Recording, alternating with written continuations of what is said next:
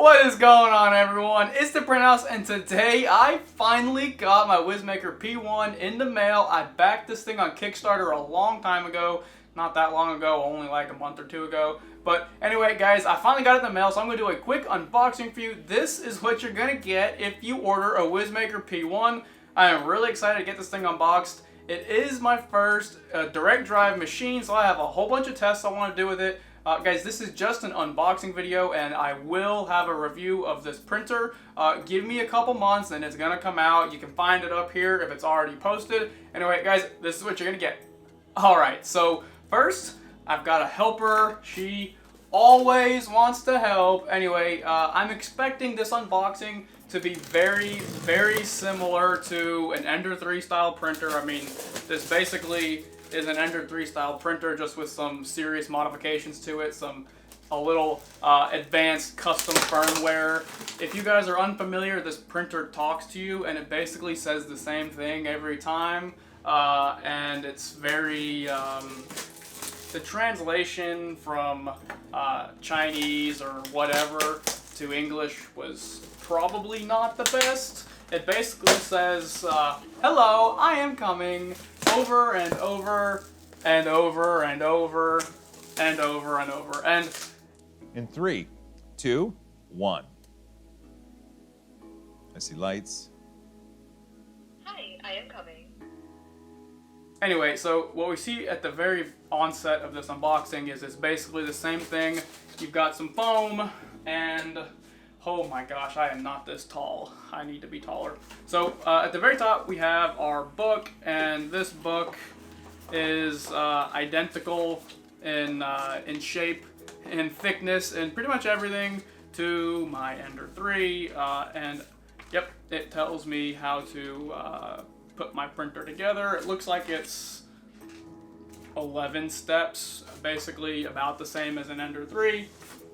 We have a power cable. As expected, we have a plastic and metal filament holder, and this is the hot end. This actually feels really quite beefy. Open. Oh my gosh, that is spring freaking loaded.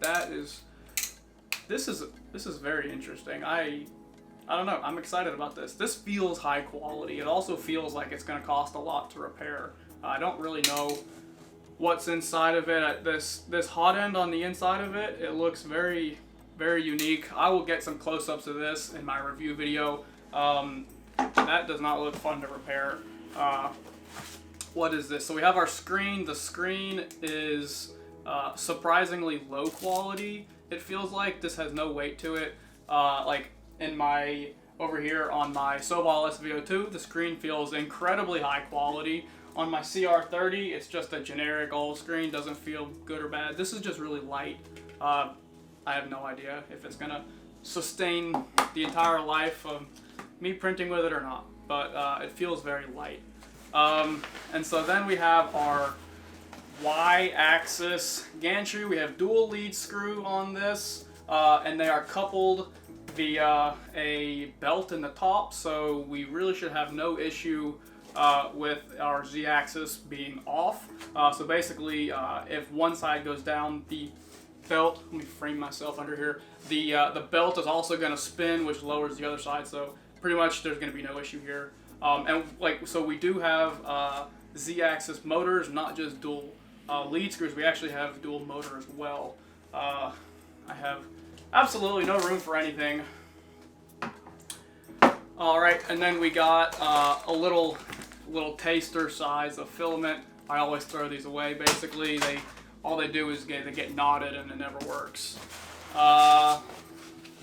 Alright, so we have our flexi plate. Now this flexi plate, I'm sure if you guys are watching this, you are already familiar.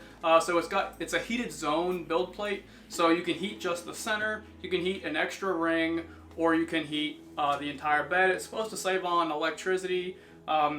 I think there were some people that actually did some tests on this, and it actually does save electricity, because heating the build plate is the most electrically expensive part of 3D printing. So I think it actually does save money. So in theory, if you have a whole 3D print farm of Wizmaker P1s, you might actually save some money. I have no idea if this above view can see anything.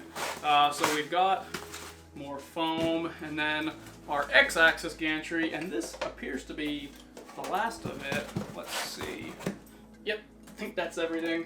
And so on the bottom, it's just flat. This looks like any standard bottom of a 3D printer. It's got, actually, my printer is not perfectly level, so it's not that bad, but mine straight out of the box is not perfectly level, so if I ever modify this and start printing faster, it looks like it might have some issues. Now, there's a chance that, it's weird, there's a chance that it might have just been the angle that it was at, because now it seems to be pretty level. I'll figure that out later. But anyway, so we've got ribbon cables for, it looks like the hot end, and then the gantry up here, so the the Y-axis. This machine is pretty cleaned up, so like on the under 3s, you're gonna have wires all over the place. It's really sloppy looking, so I'm really impressed with the way that the wiring has been handled.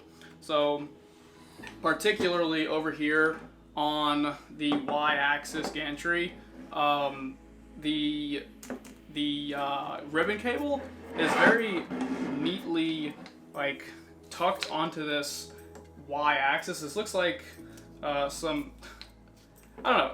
This is this is really an Ender 3 style printer in terms of its design, but it's been modified. Like it's the same kind of geometry, but it's very different at the same time. Anyway, guys, I am very excited to get this printer up and running. I'm very excited to see how it performs with TPU. I'm excited to see how it performs with pretty much every other filament that I normally print with. Why can I not close this thing? No idea how to use this. I'm gonna have to look into this. But anyway, guys, like I said, this is just an unboxing video. If the video for the review on this printer is already up, you'll find it right here. Anyway, guys, that is all that I have for you. I will see you on the next one. And guys, if you have any thoughts, put them in the comments below. Give me a like and a subscribe. All of your love and support, it really helps me continue to just push videos out. And anyway, guys, that's it. I'll see you in the next one. Bye.